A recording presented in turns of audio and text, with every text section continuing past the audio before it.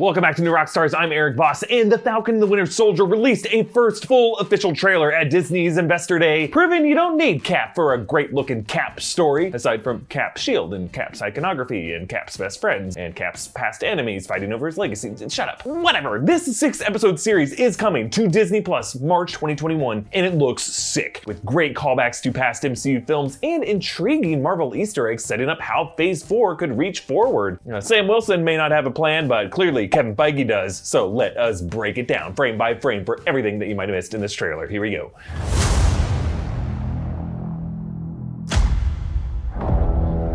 The legacy of that shield is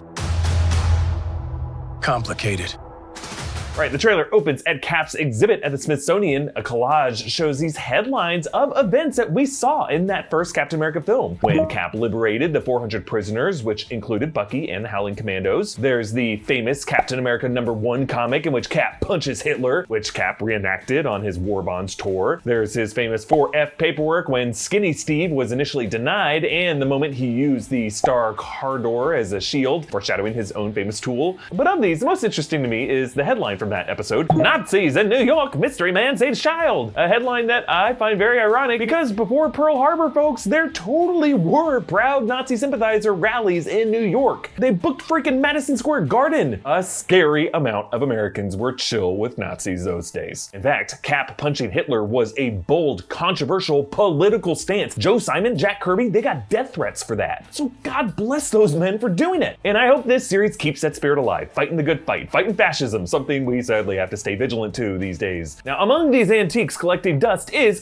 no antique. That is Cap's shield. In fact, his new shield. That was one given to Sam by old Cap in Endgame. You can tell by the new notches, the new carved out elongated hexagonal inserts, which were not there on the previous shield. The one that probably does belong in a museum, but it ended up on an Endgame scrap pile somewhere, severed in half. Now, I have theorized that since the most logical explanation for Cap's return at the end of Endgame is that he must have lived out his life in an alternate history, and then somehow quantumed back to this one. Quantum mania! Don't at me, Endgame screenwriters. It's weird to have two Caps in history at the same time. Alt history Cap's shield might be constructed out of its classic substance in the comics, proto-adamantium, and it might have secret functions activated uniquely by Sam Wilson. And here the superimposition of Sam with the shield suggests, yeah, he's about to steal this thing, the way Cap stole his own classic uniform from this same exhibit in Winter Soldier. Now, Sam hints at this particular shield's bizarre history by saying its legacy is complicated, which is really the theme of this series. When Cap bore the shield, no one could refute that. He was the same guy who first carried it in the 40s. But now that he's out of the picture, the shield represents something bigger than any one man. It's kind of like the country it represents, right? The warriors who have fought behind it are really just too mixed of a bag, too many competing interests for this one symbol to truly shield them all. Also, the way the organization's shield has failed too many people. It is complicated. So too has this relic. At what looks like the Wilson family home, Sam and Bucky are there, probably the same scene where Sam practices discus tossing that field. And now you'll notice all the trunks are strapped with padding. Maybe Sam lumberjacked one too many trunk. Now, one last detail before I move on. Look closely and you can see Bucky is wearing his dog tags under his shirt. Now, how did he get them back? Because Hydra recovered him after his fall, and then he was thought to be dead, but he was actually alive as a Winter Soldier on behalf of Hydra for decades and decades. And that would make him an enemy to the US government. And who would have had their hands on the tags that time? Probably Hydra, right? Now, Zemo did get his hands on that Winter Soldier box. Maybe he had them, and then he returns them to Bucky when they meet in this series. On to the next clip.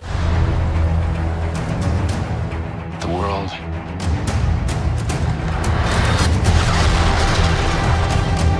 is upside down.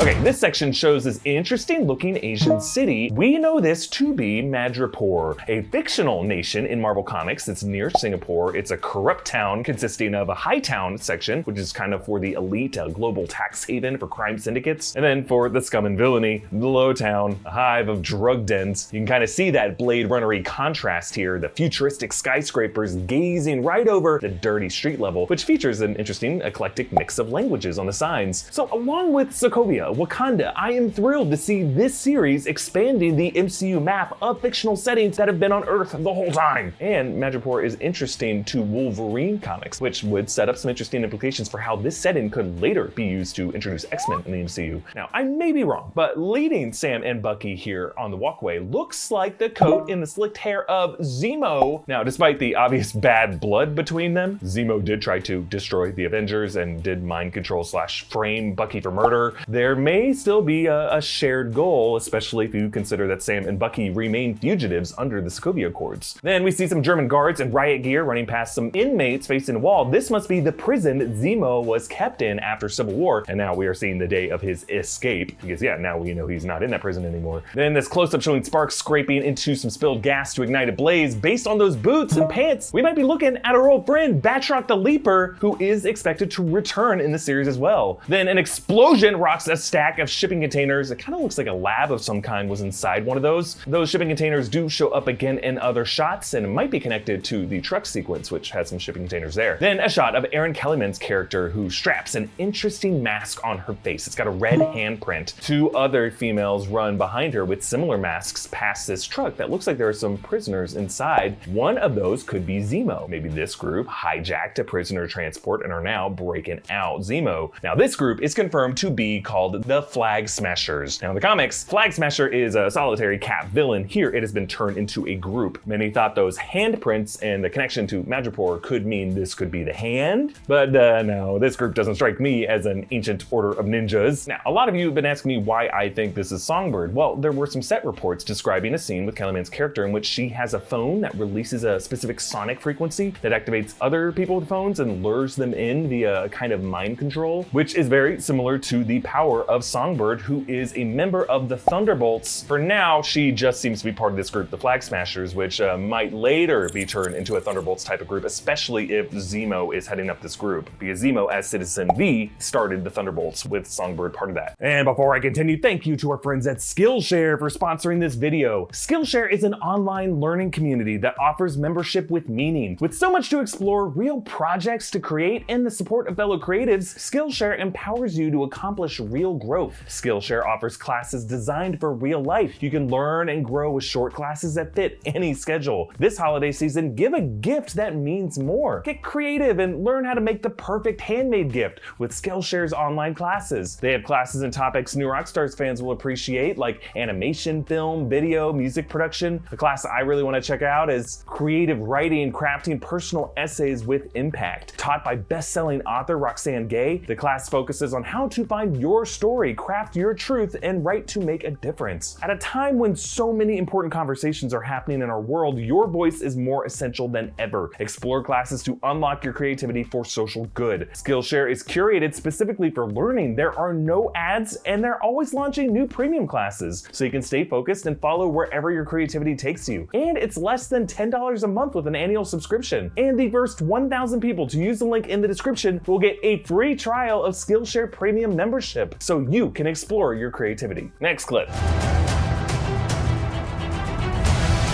People need something to get behind.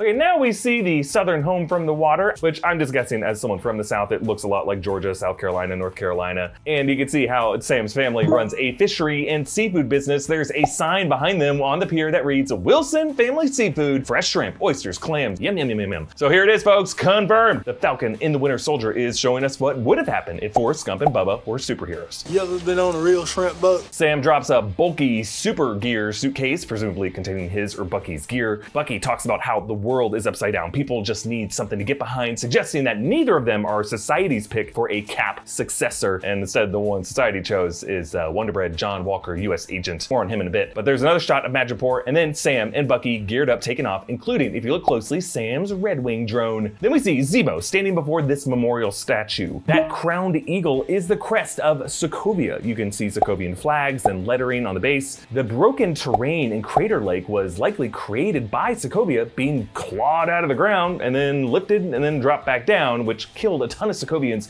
including Zemo's family. I love this. There's a lot left to explore in Sokovia. I theorized Ultron's return, but we have also learned from the Wakanda Files book that Hydra initially chose Sokovia because of its higher than normal concentration of those with genetic dispositions open to Mind Stone enhancements. In other words, a mutant hotspot. So like Madripoor, Sokovia is another region Marvel could dig deeper into when they are ready to introduce the X-Men. And then this shot that we've seen before, Bucky's vibranium hand dropping bullets in front of Zemo. Maybe Bucky is dramatically refusing to work with Zemo. Moving on.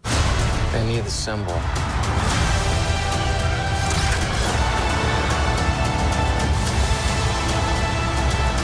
So what's our plan?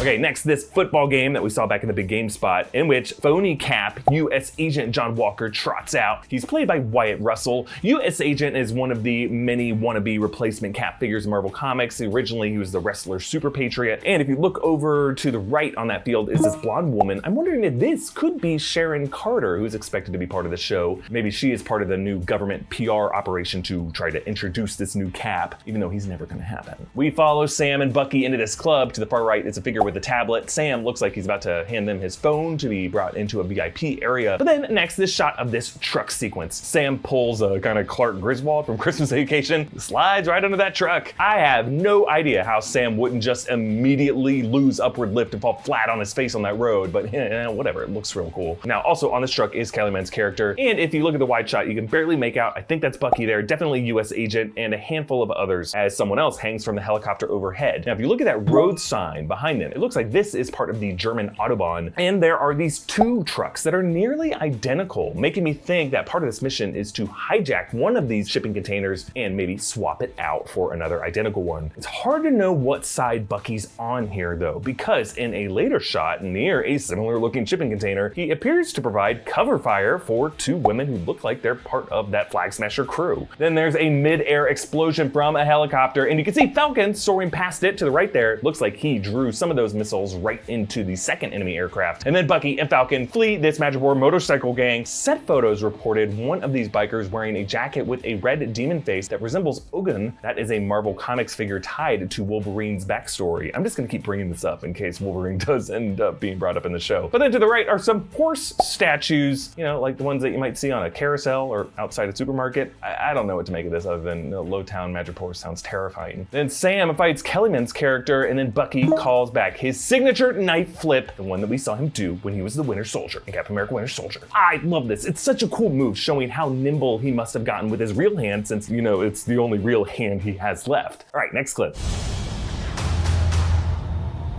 So no plan.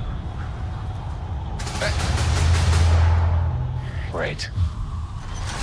Another great callback in this clip, Sam jumping out of that plane, just like how Cap loves jumping out of aircraft sans parachutes. But, you know, it's also just like Sam to wing it like this. I'll see myself out. You can watch the next clip.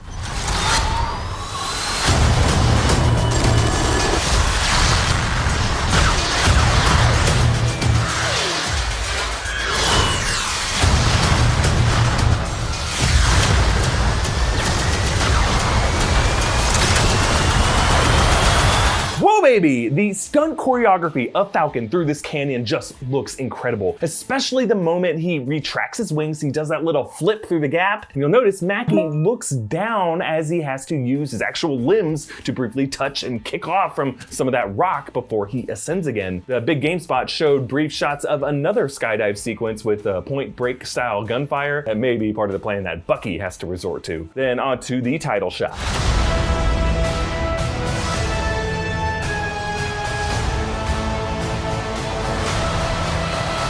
Over this close-up animation of Falcon's wings, Bucky's vibranium arm, we hear the series title music, which sounds like an alteration of the Captain America theme.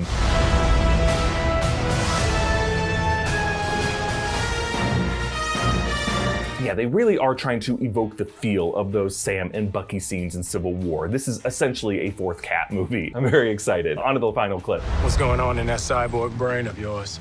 You don't want to know. Oh yeah, I can see it working. Gears turning, Oh, they're malfunctioning. They're on fire. God, I hate you. This trailer leaves us with just a taste of the banter between these two, ending with Bucky calling back the "I hate you" moment from Civil War. You couldn't have done that earlier? I hate you.